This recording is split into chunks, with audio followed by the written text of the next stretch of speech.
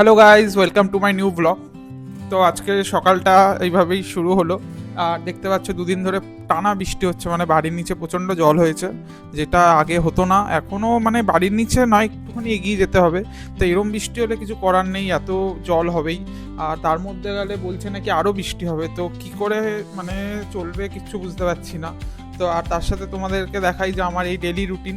সকালবেলা উঠলেই আর কি সেই সকাল 8:30টায় উঠেছি, কারণ ঘুমাতে পারি না বেশিক্ষণ, কারণ জানোই যে আমার ওষুধ চলে সব কিছু। আর অনেক দিন পর আর কি এখন ভিডিওটা একটু মাঝে মাঝেই করছি, কারণ লাস্ট কিছুদিন ধরে একটা প্রবলেম চলছিল, ওই জন্য আর কি করা হয়নি। আর সেটাই বলতে গেলে যে কবে বেরাতে পারবো এখনও ঠিক জানি না। বাবাকে বলেছি, বাবা বলছে যে এখন যাবে না বেরানো, যেহেতু আমার 6 মাস হতে যায়।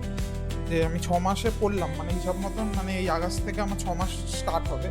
দেখতে দেখতে 6টা মাস কাটিয়ে ফেললাম। তো মানে সত্যি যখন এসেছিলাম ভেবেছিলাম কিভাবে ঘরে থাকবো, কিভাবে মানে এই রুমের মধ্যে কিভাবে থাকবো, তখন মানে একটা মাথা খারাপ হয়ে যাচ্ছিল। আবার আজকে দেখো 6 মাস রুমে আমি কাটিয়ে দিয়েছি একভাবে। তো আর এটাই।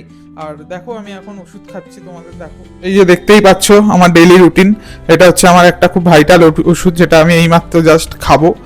এই যে দেখতেই পাচ্ছ কত ওষুধ আছে, তবে হ্যাঁ আগে থেকে অনেক মেডিসিন কমেছে।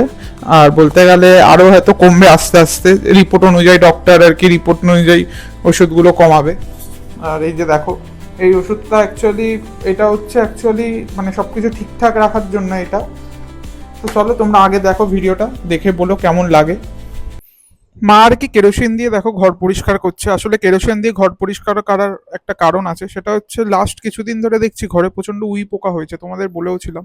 দেখতেই পাচ্ছ যে প্রচন্ড উই পোকা হয়েছে, মানে এই দেখো দরজার পেছনে বিটে পুরো ভরে গেছে। তো এগুলো কিছুতেই যাচ্ছে না, তো তাই আর কোনো উপায় না থেকে মাকে আর কি লাস্টে কেরোসিন দিয়ে পরিষ্কার করতে হচ্ছে। দেখা যাক যে এটাতে কিছু কাজ হয় কিনা, তবে এ যাওয়ার নয়, এ অনেক দিন থাকবে এরকম, জানি না কি হবে। তার সাথে সাথে দেখতেই পাচ্ছ সারাদিন প্রচন্ড বৃষ্টি হচ্ছে, মানে কি বলবো, কয়েকদিন ধরে মানে বৃষ্টির কোনো না মানে বন্ধ হওয়ারই কোনো লিমিট নেই, সারাদিন হচ্ছে। জামা প্যান্ট কিচ্ছু শোকাচ্ছে না। এই দেখো মানে হয়েই যাচ্ছে। তার সাথে মাকে বললাম যে মা আজকে থার্সডে, তো আজকে ভেজ আর রাতে করো না, কিছু একটা ভালো কিছু বানিয়ে দাও খাই। তো তাই দেখতে পাচ্ছ মা আমার জন্য আজকে ভালো কিছুই বানাচ্ছে মনে হয়। তো এখনো জানি না কি করছে, তবে গিয়ে দেখলাম যে মা সব কেটে টেটে রেখেছে, এগুলো এখন বানাচ্ছে মা। আর গ্যাসেও কিছু একটা বসিয়ে রেখেছে। তো দেখা যাক মা আজকে আমার জন্য কি বানিয়েছে, তবে আশা করছি খুব ভালো জিনিসই বানিয়েছে। কারণ মানে দুপুরে খেয়েছি নিরামিষ, বাট রাতে আর ইচ্ছা করলো না, তো দেখা যাক মা কি বানায়। তো মায়ের রান্না হয়ে গেছে, দেখতে পাচ্ছ মা আমার জন্য ফ্রাইড রাইস বানিয়েছে, খুব সুন্দর লাগছে, মানে বহুত টেস্টি লাগছে দেখে। তার সাথে ডিম কারি বানিয়েছে। তো বেশ খুশি হলাম, আর খুবই খুশি হয়েছি বলতে গেলে। থ্যাংক ইউ মা ফর দিস বিউটিফুল